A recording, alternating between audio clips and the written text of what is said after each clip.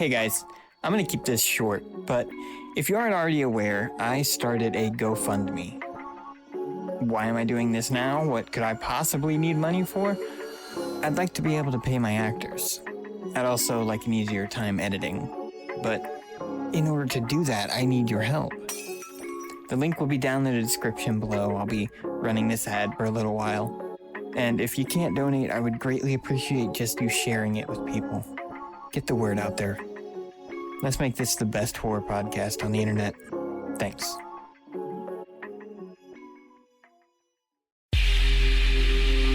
This podcast contains subject matter that may be disturbing to some listeners. Listener discretion is advised. Hey guys, been a while. So recently I had a huge spike in my listeners. I don't know where you all came from, but thank you so much for listening. So, as a thank you, I decided to record this bonus episode. Also, make sure that you stay tuned for the entire episode because I have a special treat at the end. But no more delay, let's get to it. For imprints one. It's time to open the door in your mind. Sit back and listen to true horror. But be careful what you allow in. Because it's time to go through the fog.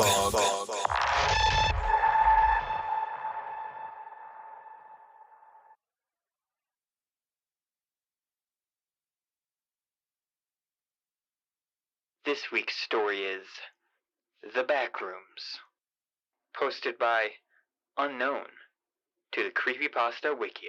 It was approximately 12:15 when I entered the Johnson County Community Health Clinic. I was there for an appointment I had set up weeks ago. Just a routine checkup. It wasn't a new place for me. I'd been there a couple times before. However, the place had an odd, nostalgic feel to it. As if it were a location from my childhood or something. And I could never pinpoint exactly what this feeling was or where it came from. As I walked in, an overwhelming feeling of deja vu swept over me. The hum of the flickering fluorescent lights and white tile flooring, the muted beige paint that covered the walls. I noticed that there was a TV mounted in the corner, a smaller flat screen, that was playing a short PowerPoint slideshow on loop of ads and events that were being held by the clinic. I passed the empty waiting area, a small area of the main room with magazines, children's playthings, and blue cushioned chairs, and I approached the woman at the front desk. She was sitting in her bluish-gray office chair, looking at a spreadsheet on the same Windows XP desktop they've had since 2008. There was a sign-in sheet on the counter in front of me. I have an appointment with Dr. Pevins? I asked. What time? 12:30, I replied. She began typing something into her keyboard. Ah, yes, she responded. Gary Johnson. Yes, I'll tell the doctor. Please fill this out. She handed me a clipboard which held a simple fill-out form. I was walking back to the waiting area, took a seat, and began to fill it out. I was about halfway done with filling in my information when I slumped back in my chair. I hadn't gotten much sleep the night prior, and I was exhausted. As I slumped back, I noticed something very peculiar. My head never hit the wall. In fact, it felt like it went in. I got up, quite frightened, and looked at the wall.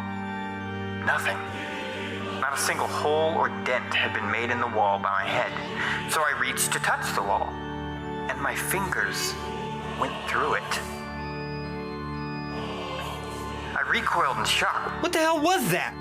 I thought, as I reached to touch the wall again, only to find my fingers clipped through once more.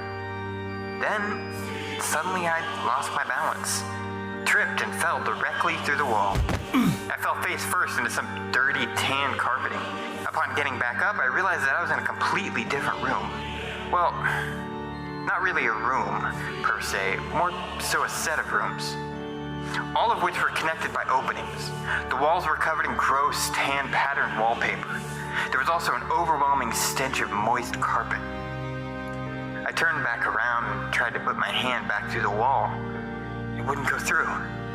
Okay, what the fuck? I muttered. I looked back into the room. There were no windows, no doors, nothing on the walls other than that disgusting wallpaper, of course.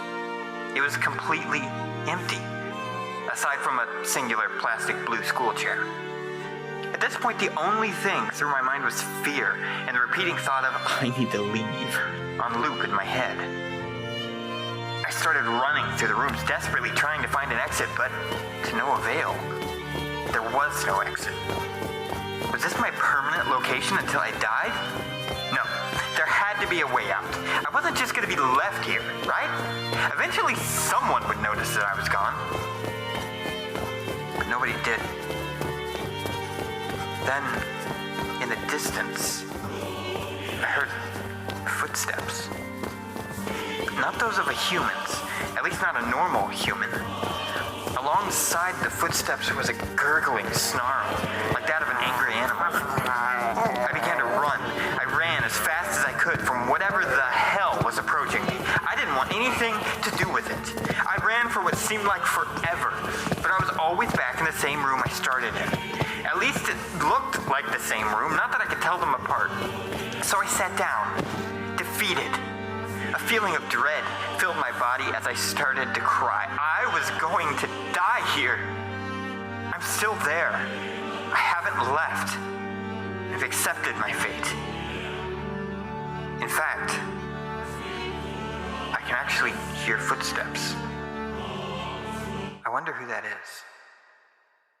Alright guys, so this isn't a full new season or anything. This is just a bonus episode that I wanted to give to you. But now for the special treat that I promised.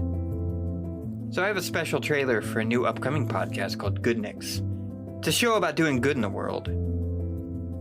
It's going to be a limited series, but I think it's definitely worth your time and attention, so be sure to give it a listen right here.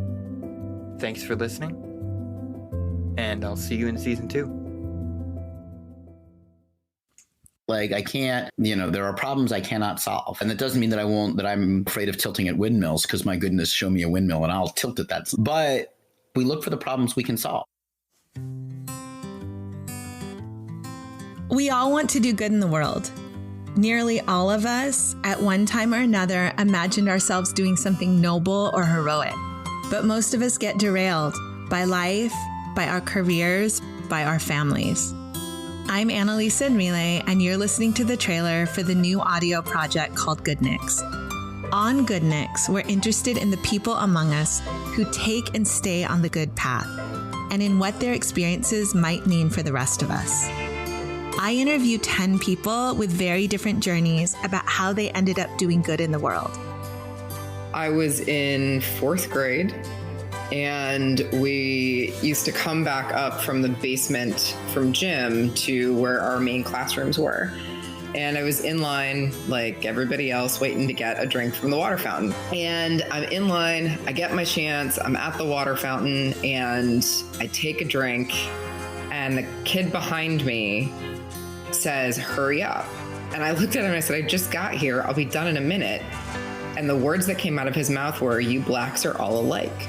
And I just could not, for the life of me, understand where that came from. But that was my first literal fight, because I punched him in his face. And I think the first time I realized that I was actually in the middle of a war. Goodnix is an audio project exploring the journey and meaning of doing good in the world. For those of us who do good, and for those of us who are just thinking about it. We follow the journey of 10 Goodniks who do good in very different ways to understand why they do it and what it means to do good over a life, in a moment, and for a season. I'm your host, Annalisa Enrile, a social worker, a professor, and a human rights activist. In a world and at a time that seems obsessed with what's wrong, we at Goodniks want to obsess about what's right.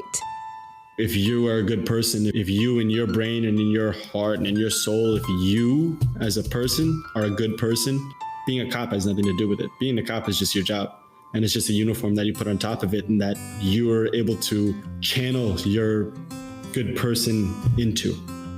And If you're not a good person, you're not a good cop. We will drop a 20-minute episode of Goodniks each week over 10 weeks. Each episode exploring a critical moment along the path to doing good in the world. Each week, you'll hear from people with different experiences, backgrounds, childhoods, and perspectives on what it means to do good. Wow, what would I have said to my younger self about choosing to devote your life to movement building? I think I would have tried to talk myself out of it, probably by saying it's really heartbreaking work, that there is a lot of loss and a lot of defeat along the way. The victories are pretty damn sweet, but the truth is that change is really, really slow. We at Goodniks believe this is an important conversation to have now. We hope you agree and will join us. Be sure and click the subscribe button so you don't miss the first episode. You can do that anywhere you listen to podcasts. For more information about this project and who our Goodniks are, visit us at goodniks.org. GOODNIKS.org. You can also follow @TheGoodniks on Twitter. It's really hard, and you can do everything right, and you can be so smart, and you can still suffer kind of crushing losses over and over again. So you've got to have a pretty thick skin, a pretty tough heart to be able to go through that over and over again and still want to get up the next morning and go at it again.